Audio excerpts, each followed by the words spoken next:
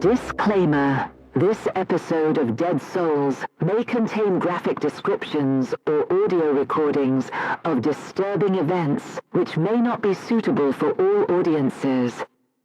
Listener discretion is strongly advised.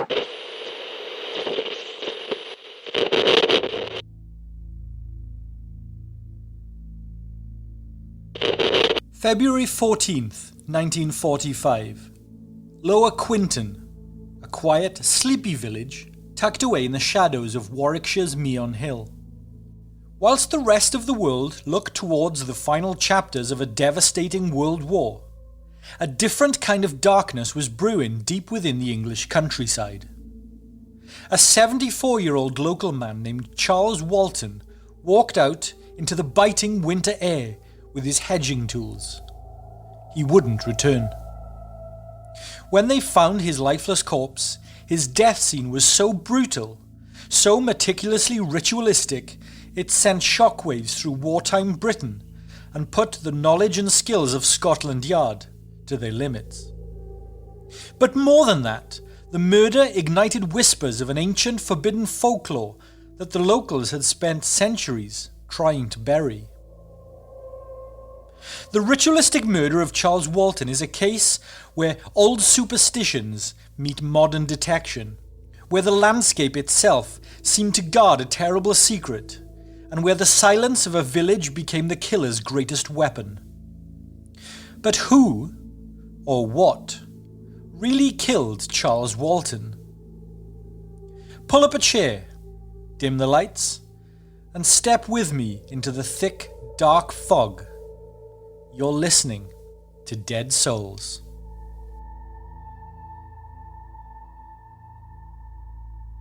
Tonight, I'm going to discuss a British crime that remains unsolved and an active cold case to this very day, despite being more than 80 years since it occurred. It's a moment in English history that is barely remembered or even spoke about anymore. This is a true crime incident, to be sure, but it's also something of an occult mystery, a real enigma. So let's dig into things. When St. Valentine's Day draws near, for many their thoughts will turn to love and romance. A corporate holiday manufactured by the card companies perhaps, or feelings of a courtly love or amorous desire influenced by a 3rd century Roman priest who defied Emperor Claudius II's ban on marriages by secretly wedding young couples.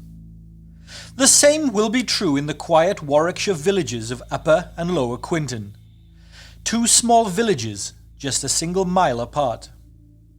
But in these villages, February the 14th also stirs darker memories, and reminds the older residents of past deeds, which they would rather forget. It was in the vicinity of these two villages that one of the strangest murders in British history took place. A crime whose brutality shocked the nation at the time, and which remains, as I said, unsolved to this very day.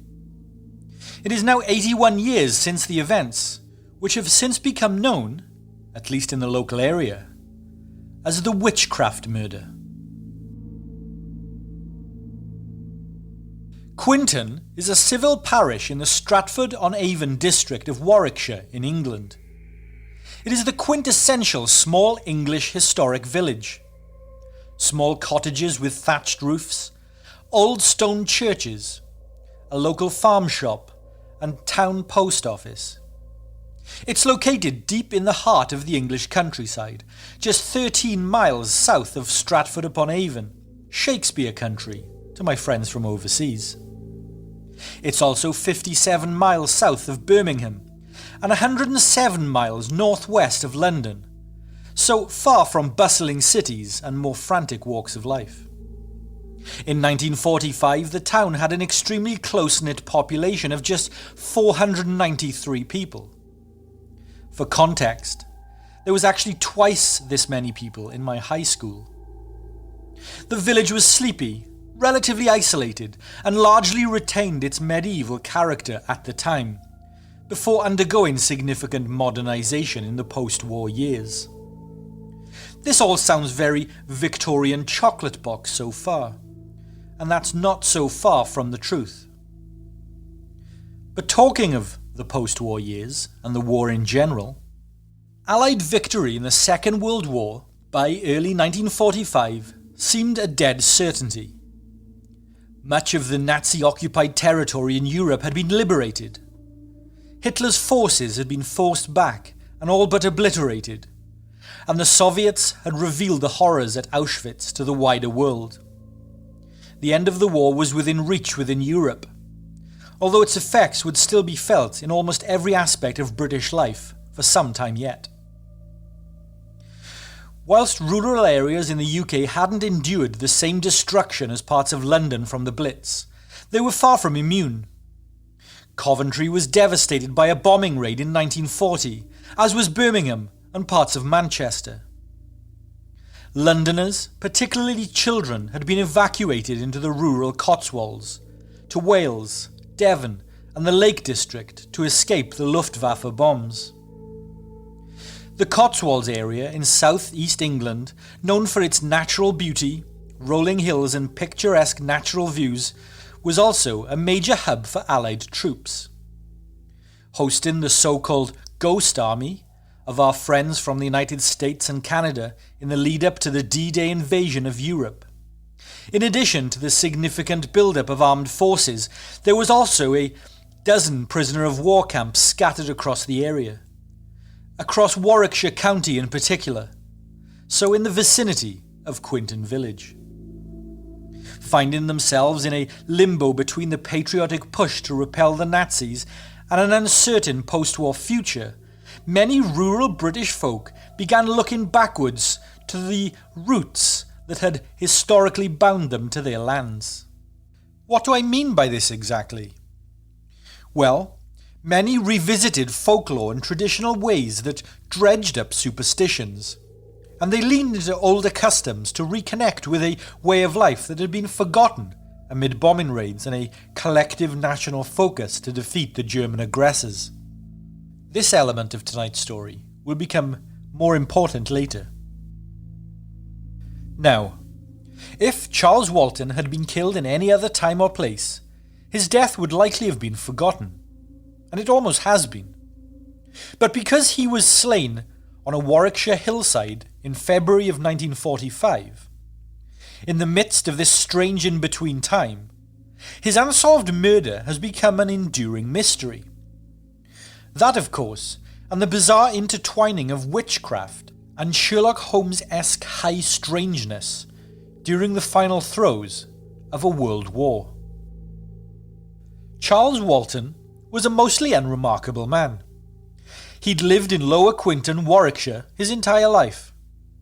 He purchased a cottage opposite the village church during the period of the First World War and became a widower when his wife died in 1927. Shortly after, he adopted his 3-year-old niece, Edith Walton, following the death of her mother. By 1945, the pair were still living together in the same cottage in Quinton. However, Edith was now a working-age woman, having found a job as a printer's assembler at the Royal Society of Arts, which had relocated to Lower Quinton in 1943. Charles was by now 74 years old and stiff with rheumatism. He was generally well liked throughout the village, but was quiet and mostly kept to himself. He had been a farm labourer for his entire life and was particularly skilled at training horses. Even though Charles received an old age pension, he continued to work part-time for Alfred Potter, a local farm owner. On the morning of Wednesday, February the 14th, 1945, Charles set off from his cottage with a pitchfork and a slash hook, or brush hook, in addition to his usual walking stick. Charles was headed for a field known as Hill Ground on the Potter's farm property, where he was tasked with cutting hedges on the slopes of Meon Hill that day. Charles routinely stopped working for lunch at around 11 a.m, then finished his workday and returned home at 4. But on that day, when Edith returned to the cottage at around 6 p.m, she was surprised to discover that her uncle wasn't there. Charles did not spend any time at the village pub, and As he kept to himself, he didn't pay any social visits. So with that in mind, Edith knew right away that something was out of the ordinary. She went right to a neighbour's house, a neighbour named Harry Beasley, and the pair set out for the farm to look for Charles. Alfred Potter told them that he had last seen Charles slashing hedges on Meon Hill, and the three set out towards the base of the hill, hoping to find Charles still there. Edith was worried that her uncle had fallen ill or was injured and unable to make his way home. But what she discovered was actually far, far worse. Her uncle, Charles Walton, had been brutally murdered, butchered, massacred on the land that he worked. The scene was so gruesome that Edith's scream could be heard far and afield in all directions. Charles had been beaten over the head with his own walking stick. His slash hook was deeply embedded within his neck, almost severing his head entirely, and his body was pinned to the ground by the prongs of his own pitchfork. According to observers of the horrific scene, a large crucifix had been carved into his chest. A passing local was instructed to fetch the police immediately, whilst Potter remained at the scene to stand guard while Beasley took Edith away from the gruesome discovery. A local police officer named Michael Lamanzi was the first to arrive at the scene at 7:05 p.m. Investigators from Stratford-upon-Avon were summoned, along with the director of the West Midlands Forensic Crime Laboratory. After photographing the scene and collecting evidence, Walton's body was removed in the early morning hours of February the 15th.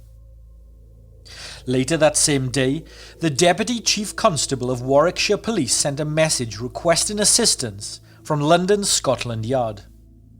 The request stated that the murder was either committed by a, quote, madman or one of the Italian prisoners from a nearby prisoner of war camp. The police constable was referring to Long Marsden, a large prisoner of war camp around 2.5 miles or 4 kilometres from Lower Quinton. It's unclear what made the POW camp an immediate area of suspicion, or why the suspect was specifically believed to be Italian, as Germans were also housed there. There may have been legitimately underlying reasons for this, or simply time period prejudices at play. Nonetheless, a detective fluent in Italian was dispatched by Stratford Police to interview prisoners at the camp. The bilingual officer quickly learned that POWs were essentially free to leave the camp at certain times of the day, and that on the day of the murder, some men from the camp had actually gone to Stratford to see a play, while others had gone to the cinema. The POW camp offered no further clues, and investigators turned to what they considered the next most likely scenario. That being Charles Walton had been murdered by a madman. Given the sensational nature of the crime, Scotland Yard sent its best-known detective, Chief Inspector Robert Fabian, and his partner Sergeant Albert Webb. Fabian was considered so skilled at detective work that he was often referred to as the real-life Sherlock Holmes. Fun fact, Fabian's career would later be dramatised in a BBC television series titled Fabian of the Yard, and there's no denying that his time on the police force was downright cinematic. Fabian had captured London's first known cat burglar after identifying his silent rubber-soled evening dress shoes, and had disarmed an IRA bomb in Piccadilly with his bare hands with just seconds remaining on the timer. But now Warwickshire Police were hopeful that Fabian could find Charles Walton's killer. Now, there were a few clues to work from. A post-mortem had found that Walton's death had been caused by the slash hook, which had sliced through his trachea. Charles also had bruising on his chest and a number of broken ribs, along with defensive wounds on his hands and forearms. Authorities determined that he had likely died between 1 and 2 p.m. Further, he had left his wallet at home that day, and the only item missing from his body was a second-hand pocket watch, making robbery an unlikely motive for his killing. A massive search was conducted, and hundreds of locals were interviewed. It was determined that Charles had been seen crossing the churchyard on his way to work between 9 and 9:30 that morning. He was seen after that time only by the farm owner Alfred Potter. P.C. Lamazny had noticed that when he arrived at the crime scene, Potter had seemed more worried than one would have expected him to be. They say that everyone reacts differently when faced with death, and if there is a set expectation for worry after finding your employee speared through his chest with a pitchfork, I've not heard of it. Answers in an email, honestly. Lamazny noted that Potter had left before the Stratford police had arrived, complaining of feeling cold, which the police officer considered a strange excuse from someone who was used to attending to animals at all hours and in all kinds of weather. But again, what does this really indicate? It's a whole hill of nothing thus far. Potter had passed the police as they arrived and gave a brief statement about his relationship with the victim and his discovery of the body. More compelling than his perceived behaviour at the crime scene, however, was Potter's continually changing narrative. On February the 17th, Potter was interviewed by Detective Sergeant Webb. He explained that he had known Charles Walton for more than 5 years and had employed the man as a casual labourer for the past 9 months. Potter paid Charles 18 pence an hour, and he was allowed to keep track of his own hours worked and report them to Potter for payment. There was a great deal of trust in this arrangement. But Potter implied that Charles may have been collecting wages for more hours than he actually worked, although he did not explicitly accuse the elderly man of deceiving him. He usually paid Charles every fortnight, and had last paid him £2 15 shillings on February the 10th for the work completing in the 2 weeks prior to that date. Potter said that on the day of the murder he had left the College Arms pub with another local farmer at around noon. After leaving the establishment, Potter walked across a field to check on some sheep and fed some of his calves. He had seen Charles working in his shirt sleeves on the slope of Meon Hill at around 12:20 p.m. He said he would usually have checked in with his employee, but he was eager to attend a cow that was stuck in a ditch.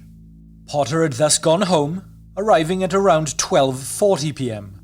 Then he had left again at once to rescue his heifer. There was a problem with Potter's story, though. Fabian discovered that his cow had drowned in a ditch on February the 13th.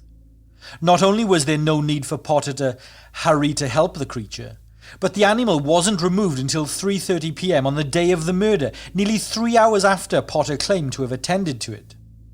Fabian instructed P.C. Lamazny, who knew Potter and his wife well, to stick close to the couple in case they accidentally revealed anything else. On February 20th, Lamazny told the Potters that the police were hopeful that they might be able to collect fingerprints from the slash hook and pitchfork to assist in identifying the killer. Alfred Potter quickly told the officer that he had touched the handle of the slash hook and possibly the pitchfork too, because Harry Beasley had urged him to have a look to make sure that he was dead when they found the body. Potter said that he was sure that he'd already told the police this, but Mrs. Potter was upset and said they were sure to think Alfred was the killer if his plinth were on the murder weapon. Soon after, a soldier called at the house and Mr. Potter told Lamazny he'd come to tell him the military police at the POW camp had arrested an Italian prisoner. The officer recorded that Potter affected great glee and his wife became almost hysterical with delight at the news. The prisoner had been found crouching in a ditch on Meon Hill with bloody hands, but he was soon released after he explained that he was a poacher who supplemented his meagre camp rations with rabbits. When Potter was questioned again on February the 23rd, he changed his account of February the 14th yet again. He said that after checking his animals, he had come home, read the newspaper for about 5 minutes, then gone out to help a farm worker, a man by the name of Charles Batchelor. He was busy pulping some marigolds. He continued stating that when they were finished, the two men had looked up at the church clock and seen that it was 1 p.m. Mrs. Potter corroborated her husband's story, stating that he had arrived home shortly after 12:30 p.m, opened the paper to read, inquired how long dinner would be, then went back out to help Batchelor, returning at roughly 1:05 p.m. Batchelor also confirmed that Potter had helped him with the marigolds at around 12:40 that day.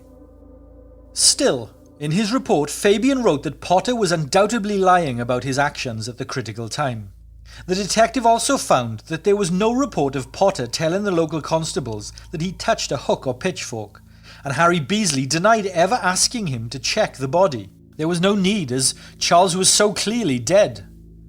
In his interviews with police, Potter had expressed certainty that he'd seen Charles working between 12 and 12:20, but he later testified at the inquiry that he'd seen someone standing stationary in the field at 12:30, but could not be absolutely certain that it was Charles Walton. Potter's inconsistencies were enough to raise Fabian's suspicions, and he requested an inquiry into Potter's finances to look for any outstanding debts. But Potter's books appeared clean, and in fact there was some evidence to suggest that he had been claiming more money than necessary to pay Charles Walton's wages from his family's farming company, likely pocketing the difference. Though Fabian maintained suspicions of Potter's involvement, he was forced to admit that he'd found no real evidence to connect him with the murder, and no reasonable motive could be found. Fabian did discover an anomaly with Charles Walton's bank account, though. The man had inherited nearly £300 from his wife, which he placed in a building society. But when he died, his account balance was just £2.11. Now, Charles lived a very frugal lifestyle, with his weekly expenditures being estimated at under £2. He received a pension and worked, so there was no reason he would have to withdraw such a large amount from his savings. Fabian was unable to determine what had become of Charles's money, or if its absence had any link to his death. Having exhausted all his usual tactics, Fabian considered more far-flung leads, including a possible connection to a murder committed in Long Compton 70 years prior. On September the 15th, 1875, 80-year-old Anne Tennant walked to buy a loaf of bread at around 8 o'clock in the evening. She passed by a group of local farmers. The group included James Haywood, a simple-minded man her family had known for many years. Entirely unprovoked, Haywood had attacked Anne with a pitchfork, stabbing her in the legs and head. She died from her injuries later that night. The man claimed that he had killed Anne because she was a witch and had put a hex on him. Haywood was found not guilty on the grounds of insanity and was sentenced to spend the rest of his life in an asylum for the criminally insane. While it was not possible that James Haywood had killed Charles Walton, as he had died in 1890, the similarities in the two murders were striking. Both Anne and Charles were elderly and defenceless. They had both been killed in a bold, unprovoked attack involving a pitchfork, and both murders occurred just 20 kilometres, or 12 miles apart. The close locations of the murders was shocking, especially as murder was an extremely rare crime in this place, and during this time period, let alone two so similar. Warwickshire Detective Superintendent Alex Spooner pointed Fabian to a 1929 book titled, quote, Folklore, Old Customs and Superstitions in Shakespeareland, by the Reverend James Harvey Bloom. The book was a collection of local customs, folk rhymes, rites, and superstitions, and it included a story about a young ploughboy named Charles Walton, who, during 9 successive nights in 1885, encountered a mysterious black dog while walking home.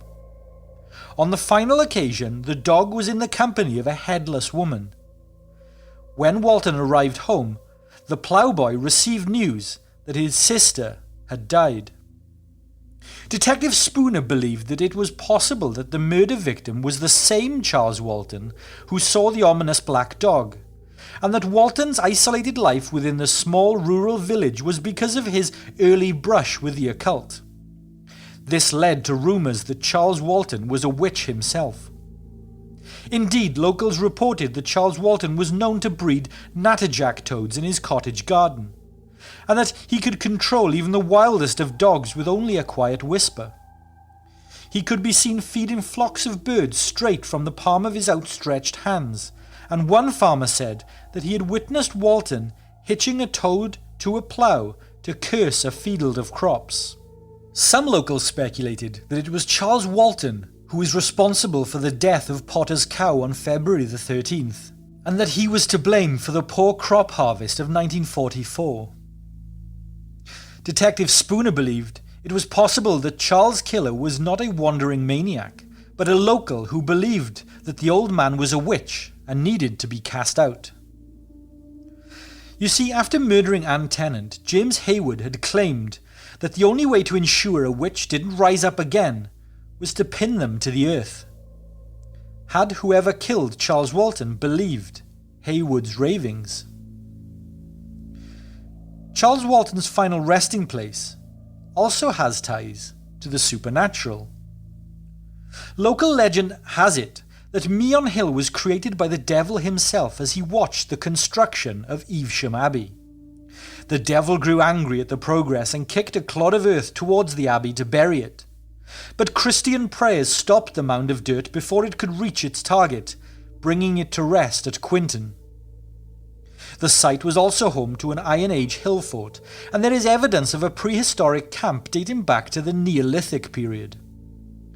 Because of its ancient significance, Meon Hill is rife with legends of buried treasure, a hidden gateway to the Celtic underworld, and of ghostly wanderers. In one such legend, a huntsman took his men out on the Sabbath, and the hill opened up beneath them, swallowing them whole for their godlessness. Their ghosts are said to haunt the hill around midnight, on Sundays, to this very day. There are also, of course, tales of mysterious black dogs, the wolf pack of a spectral Celtic king. Famed archaeologist Margaret Murray hypothesized that Charles Walton's murder was carried out as a ritual sacrifice by a group of locals still practicing a pagan religion. Murray pointed out that Walton had died on Valentine's Day, which she claimed was a remnant of Enoch, a Celtic midwinter celebration centered on ensuring a successful harvest. Murray believed that Walton's final resting place was located upon an ancient burial site. Additionally, his manner of death pointed to satanic ritual sacrifice. His head was slashed nearly clean off of his body, and he was pinned to the ground so that copious amounts of blood could soak into the earth.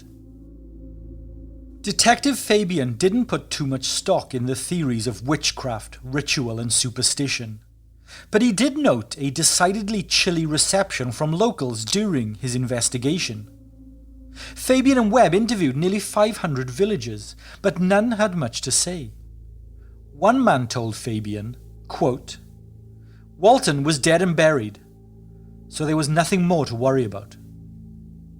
While it was not unusual for a small community to be wary of a hotshot detective from the capital, their silence seemed almost planned, as if they had all agreed to maintain silence.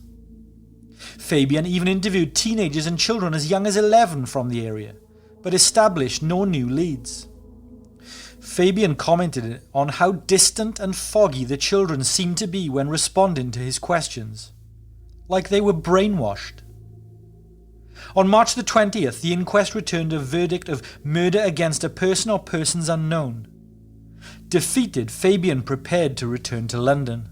Before he left Lower Quinton, however, the detective took a final walk to the site of the murder, which he later described in his memoirs as a bleak and lonely place. As he took into view, a large black dog ran past him, emerging from out of nowhere. A few moments later, a young boy walked up the hill, and Fabian asked him if he had lost his dog. The boy seemed confused, so Fabian explained about the black hound that had raced past him a few minutes earlier. The boy's face drained of colour, and he turned and ran from Fabian.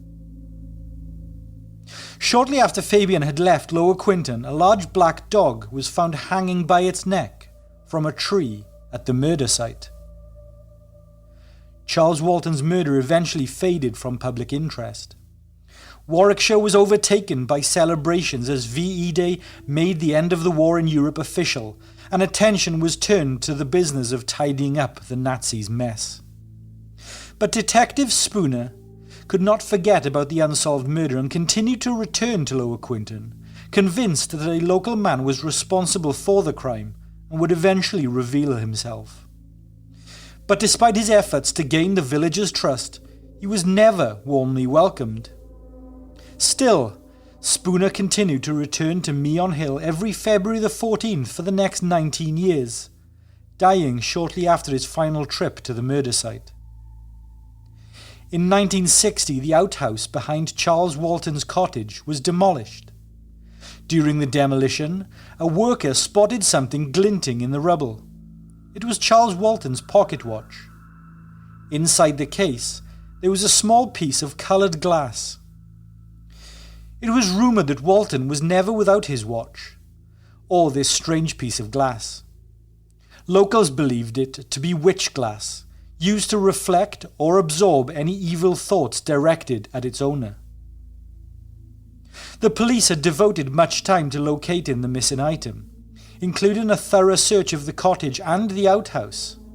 Had Charles Walton's killer placed the watch there sometime after the investigation, or had it been returned home by some other force? The investigation into the crime is still technically open. Over the years, there has been renewed interest in revisiting the case. Back in 2014, BBC Coventry sent a reporter to Lower Quinton to cover the lasting impact of the murder. The reporter found the same tight-lipped response from locals that Fabian experienced some 80 years earlier. The landlord of the College Arms pub, Tony Smith, said plainly, quote, "I can't talk to you about that. After 17 years of running this place, I know there are some things that we just don't talk about here." A shopkeeper, who refused to give her name, told the BBC reporter, quote, "The people don't speak about it. It's a closed subject." The gentleman who ran the post office in the village said simply, quote, "No one will talk to you about it here. The family have all gone now anyway. There are none of the Walton family left here, and I have no answers for any of your questions." Many people believe that Fabian's initial instincts were correct, and that Alfred Potter was the murderer. It's theorized that Potter had borrowed a large sum of money from Charles Walton in order to pay off gambling debts, perhaps explaining the disappearance of Walton's savings. Then, unable or unwilling to pay his employee back, Potter had seized upon finding him alone in a hedgerow with a murder weapon at hand. At the time his investigation concluded, Fabian was still certain that Potter was the most likely culprit. In fact, after the detectives returned to London, local constables who had stood guard over the crime scene on the night of the murder told Fabian that Potter had returned to Meon Hill just after first light on February the 15th. Potter had commented on the cold weather, shared a cigarette with one of the officers, and then left. Fabian and Webb actually returned to Lower Quinton to interview Potter once again about this new information, but they were unable to move the case forward. Still, it appears that Fabian's certainty about the nature of the crime waned in the following years. 25 years after the investigation, the renowned former detective Fabian penned a warning, stating, quote, "I advise anyone who is tempted at any time to venture into black magic, witchcraft, shamanism, call it what you will, to remember Charles Walton and to think of his death, which was clearly the ghastly climax of a pagan rite." Dead Souls is researched, written, produced and hosted by me, Jamie Black, with music by Mark Butler and Coag. Dead Souls is not part of any network or corporation and is entirely independent. Therefore, our views are completely free from any bias or censorship. For more information about our show, follow us on Twitter at Dead Soulscast and Instagram at dead_souls_podcast. If you want to support the show, you can do so by going to patreon.com/deadsouls. For $2 a month, you will get access to exclusive ad-free episodes only for Patreon supporters, and exclusive access to written articles, blogs, and research. You may have noticed that sometimes our podcast doesn't appear on your YouTube feed, and very often our podcasts get age-restricted or removed altogether. This isn't by accident. We cover topics that are not always algorithm-friendly, and the big corporations don't love it when we talk about certain topics or have certain conversations, especially the kind that challenge mainstream narratives. This is another reason we have created our Patreon. It is a space where we can post full, unfiltered and uncensored topics that the big platforms and mainstream media don't always like. Proceeds from our Patreon go directly to supporting us, our show, our research, and keeping the lights on here at Dead Souls HQ. Go check it out. Patreon.com/Dead Souls. That's it. Thank you for listening. Good night, everyone.